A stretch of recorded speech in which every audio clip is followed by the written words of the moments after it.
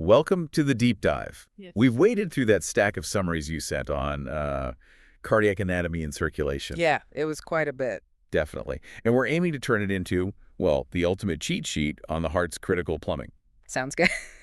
Today's deep dive is all coronary circulation. We're really mapping it out, where the blood flows, what makes certain blockages so deadly, and, how to interpret the signs when things go wrong. We have to start with the big one, the name everyone knows, the widowmaker. It's probably the most dramatic buzzword in cardiology. It is, and for good reason. So if you've been anywhere near cardiac care, you've heard this term. It refers to, well, the most common site for a fatal blockage. Our mission today is to connect that name to the actual anatomy. Right. To understand how things like electrical problems, muscle damage, even those ECG squiggles, all trace back to which specific artery is blocked. We're basically mapping the territory, understanding the difference between the left coronary artery, the LCA, you called it the power line. Yeah, the power line, and the right coronary artery, or RCA, maybe the regulator. All right, power line versus regulator, and then seeing how which one gets blocked dictates the whole clinical picture. Exactly. All right, let's unpack this arterial roadmap. It all starts with the heart feeding itself, right? This coronary circulation. Correct. It's handled by those two main arteries, the RCA and LCA, and they branch off right at the beginning of the aorta, the big vessel leaving the heart. Just above the aortic valve, actually. Okay, so starting with the left coronary artery, the LCA, you called it the heavy artillery. Why? Well, it's usually quite short, maybe only a centimeter or so, but then it splits almost immediately into two really major branches. These supply most of the heavy lifting part of the heart, the high-pressure left side. And the first big branch, the infamous one, is the left anterior descending, the LAD. That's the one, the LAD. It runs right down the groove on the front of the heart. And its job is? Absolutely critical. It feeds the bulk of the left ventricle, the main pumping chamber, specifically the front wall, the very bottom tip or apex, and, crucially, the front two-thirds of the wall between the ventricles, the interventricular septum. That septum sounds important. Oh, it is. It's vital for coordinating the squeeze of the whole heart. And the LCA's other main branch. That's the left circumflex, or LCX. It kind of wraps around towards the back of the heart in another groove, the coronary sulcus. And it supplies the side and back walls of the left ventricle, and also the left atrium, the chamber above it. So between the LAD and LCX, you've basically covered the entire left-sided pump, the engine room, if you like. Okay, so that's the LCA, the power supply. Now, how does the right coronary artery, the RCA, compare? The regulator. Right. The RCA takes care of the right atrium and most of the right ventricle. But its real claim to fame, its regulatory role, isn't about sheer pumping power. It's about the heart's electrical system. So if the RCA is the regulator, what does that mean clinically? Does an RCA block look totally different from an LAD block? Fundamentally different, often, yeah. The RCA supplies the heart's natural pacemaker, the sinoatrial or SA node, in about 60% of people. And even more consistently, it supplies the AV node, the relay station, in maybe 85 to 90% of us. So blocking the RCA, especially high up. You risk taking out the heart's entire electrical control system. So your patient might show up not just with chest pain, but with a dangerously slow heart rate bradycardia or even heart block where the signal doesn't get through properly. Sometimes before the muscle damage itself is the main issue. Wow. Okay, so LCA block means potential massive power failure, pump failure. RCA block often means an electrical crisis first. That's a huge distinction. Crucial, especially for initial management. But let's circle back to the left ventricle for a second. That thick muscle wall. You mentioned something about the timing of its blood flow being critical, its vulnerability. Yes, absolutely. Because the LV wall is so thick and works under such high pressure, it actually gets its blood supply almost only during diastole. Diastole, when the heart is relaxed, between beats. Exactly.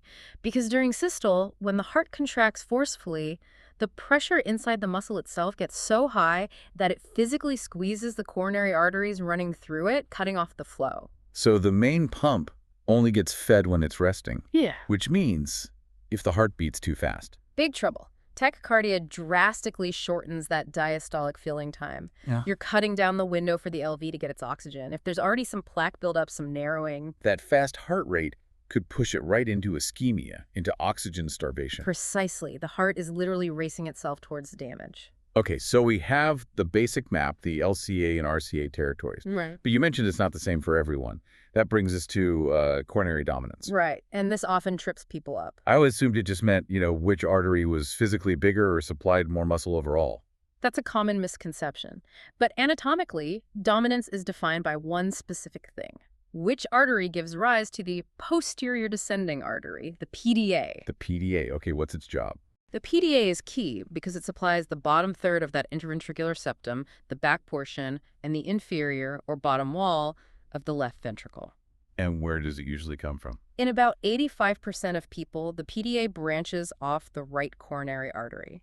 That's called right dominance. Okay, most people are right dominant. What about the rest? In maybe 8–10%, the PDA actually comes off the left circumflex artery, the LCX. That's left dominance. There are a few other variations, co-dominance, but those are the main two. So why does this PDA origin matter so much? Why should we care about dominance? Because it tells you what happens during an inferior heart attack, a blockage affecting that bottom wall.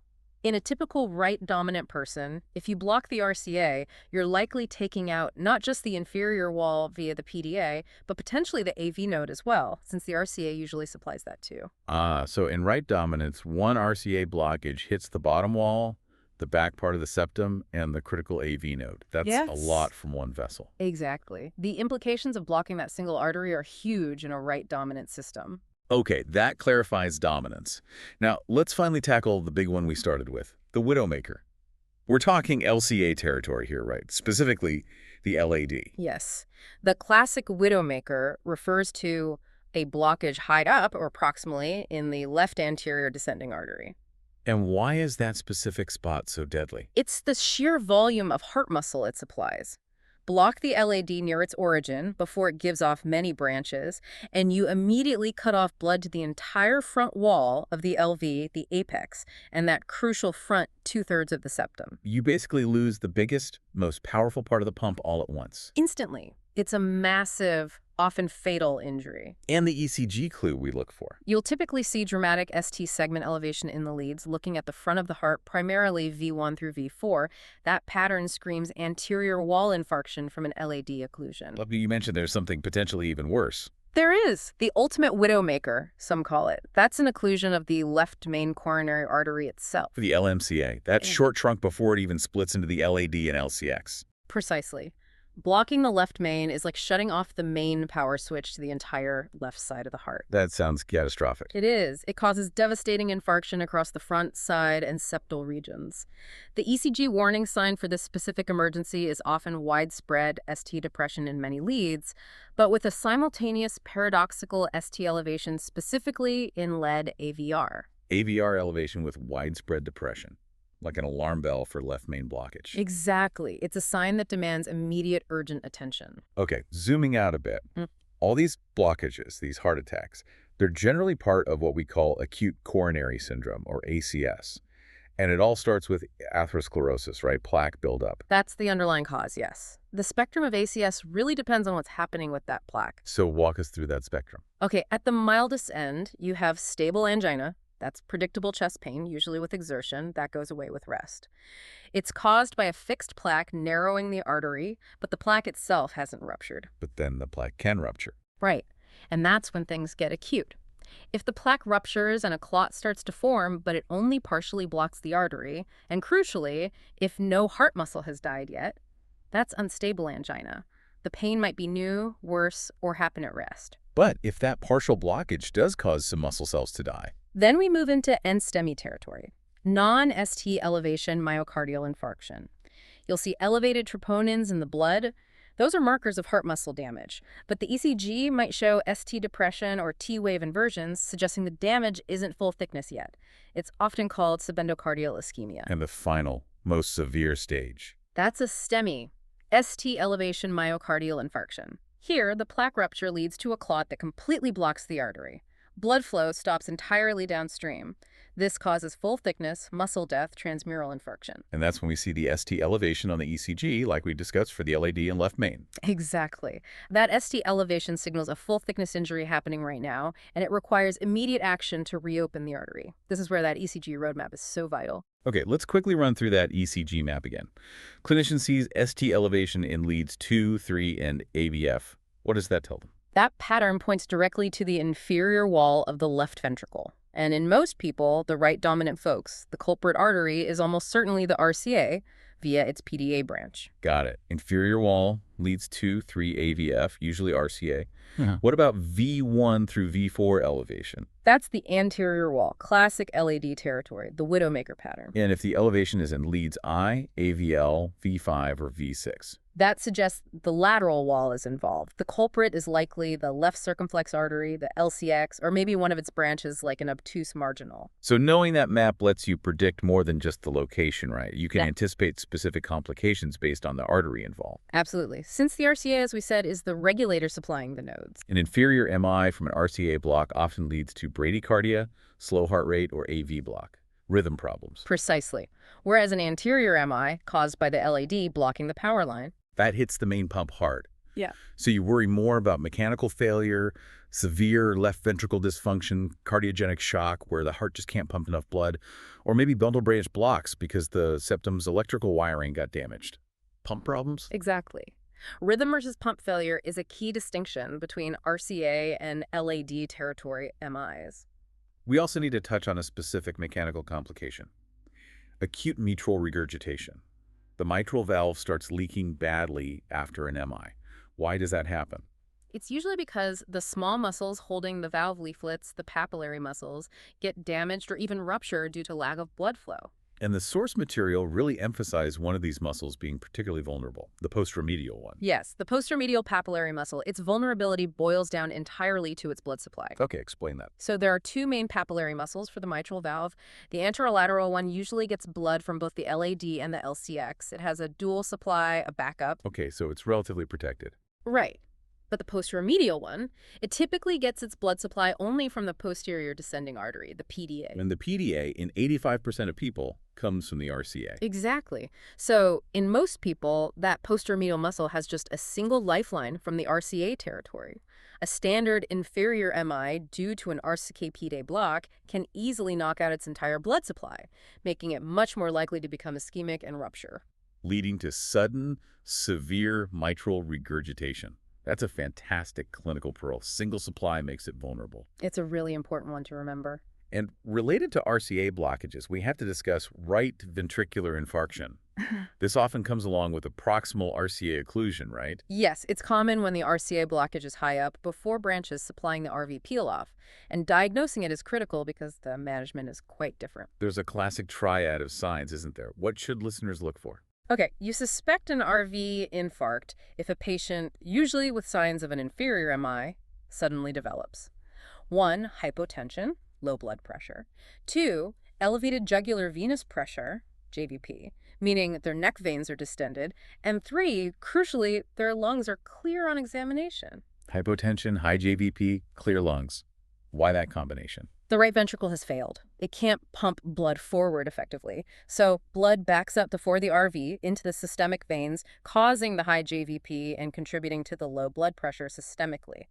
But because the RV isn't pumping blood into the lungs efficiently, fluid doesn't back up in the lungs. Hence, clear lungs. That makes sense. And the key management point here is about preload. Absolutely critical. That failing right ventricle becomes heavily dependent on having enough blood volume coming back to it, high preload, to generate any kind of forward flow. So you absolutely must avoid drugs that lower preload, like Nitrates. And diuretics, too. Giving nitrates to someone with an RV infarct can cause their blood pressure to completely crash. So instead of nitrates, what do you do? You give them IV fluids. Bolus them with fluids to increase their preload and support that struggling right ventricle. It's counterintuitive sometimes, but vital. Okay, fantastic.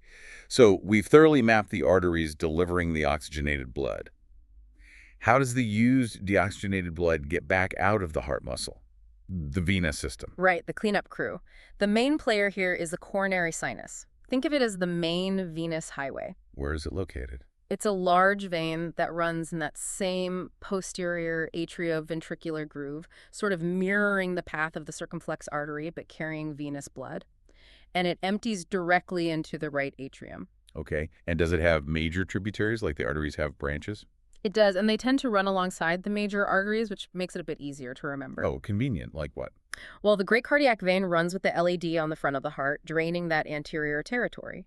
The middle cardiac vein runs with the PDA on the back bottom, draining the posterior territory. The small cardiac vein often runs with the RCA's marginal branches on the right side. So, great with LAD, middle with PDA, small with RCA margins, mostly mirroring the arterial supply areas. Pretty much. They all collect the deoxygenated blood and funnel it into the coronary sinus, which then dumps it into the RA. But you mentioned there are a couple of exceptions, veins that don't use the coronary sinus highway? Yeah, just a couple of minor detours. First, there are the interior cardiac veins. What's special about them? They drain parts of the front wall of the right ventricle, and instead of going to the coronary sinus, they empty directly into the right atrium themselves. They just bypass the main collector. Okay, a little shortcut for the front of the RV. Yeah. And the other exception, the Thebesian veins.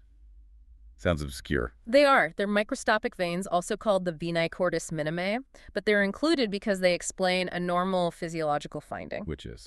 They drain tiny amounts of deoxygenated blood directly from the heart muscle into all 4 chambers of the heart, including the left atrium and left ventricle. Wait, deoxygenated blood going directly into the left side? The side that's supposed to have fully oxygenated blood. Exactly. It's not a lot, but it happens. This creates what's known as the physiologic right-to-left shunt. Meaning a tiny bit of venous blood normally mixes with the arterial blood. Precisely. It's the reason why, even in a perfectly healthy person breathing normal air, the oxygen saturation and content of the blood in your systemic arteries is always just slightly lower than the blood that just left your pulmonary capillaries in the lungs. Those little Thebesian veins cause a normal tiny bit of mixing. Fascinating. A built-in imperfection.